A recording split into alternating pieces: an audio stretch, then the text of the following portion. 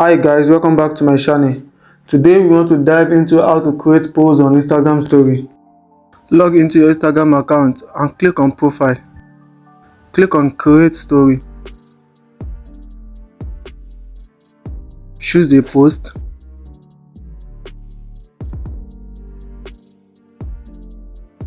Then click on the sticker icon. Then search poll. That's it. Then you can add a question like I did.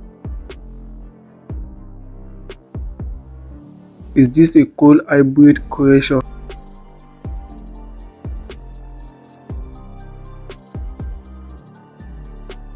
Yes, no, or maybe. Then you can post. Click on share. Done. We have successfully created a voting post on Instagram story.